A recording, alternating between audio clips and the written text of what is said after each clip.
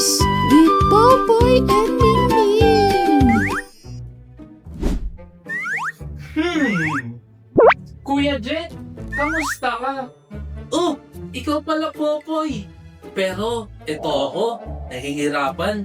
Bumuo sa pangungusap na ito. Ay, tara, Popoy. Tulungan mo ako bumuo ng pangungusap. Sige, Kuya Jet. Magtulungan tayo para mahulaan natin ang mga nawawalang salita. Tara. May... ang susi. Ano sa tingin nyo ang tamang salita na tutugma sa pangungusap na ito? A. Kalawang, B. Kintab, or C. Kinang? Sa tingin ko, ito ay letter B, kintab.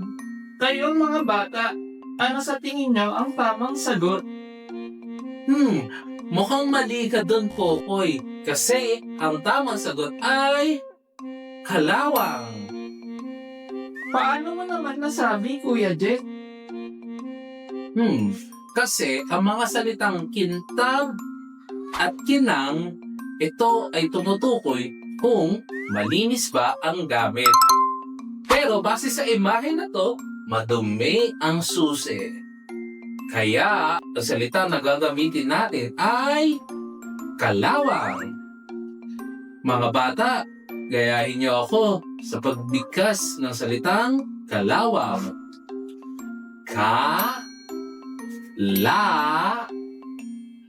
Wang. Kalawang. Wang. Kalawang. Mali ka, Popoy! Ang ganito dapat ang bigkas.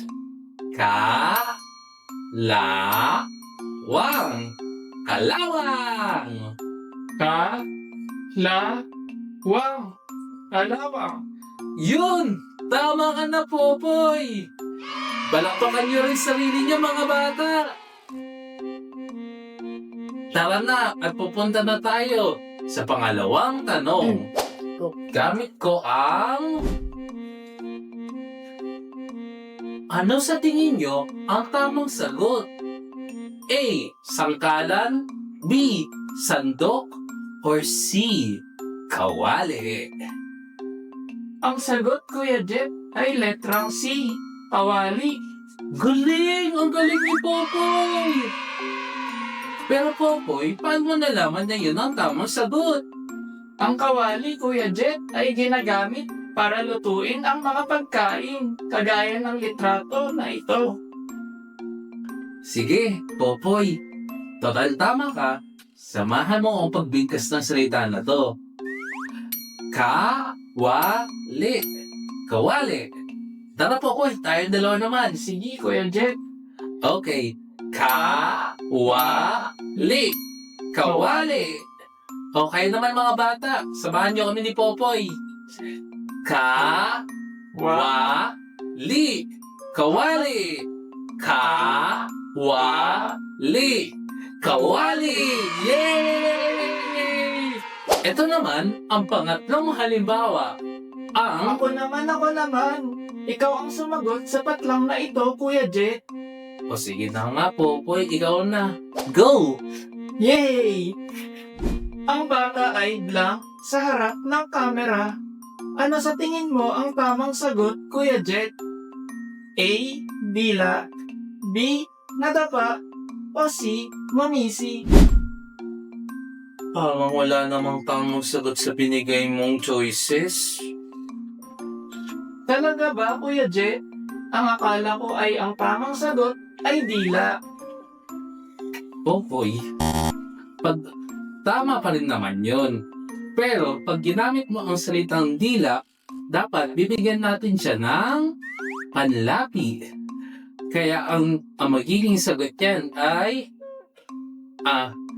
ang bata ay dumidila sa camera. Oo nga pala, Kuya Jet. Nakalimutan ko yung paggamit ng panlapi. Okay lang yan, Popoy. Pero, pwede mo ba sabihin sa mga bata kung ano yung sabihin ng panlapi? Siyempre, Kuya Jet. Ang dila ay tumutukoy sa parte ng iyong bibig na ginagamit pag nagsasalita.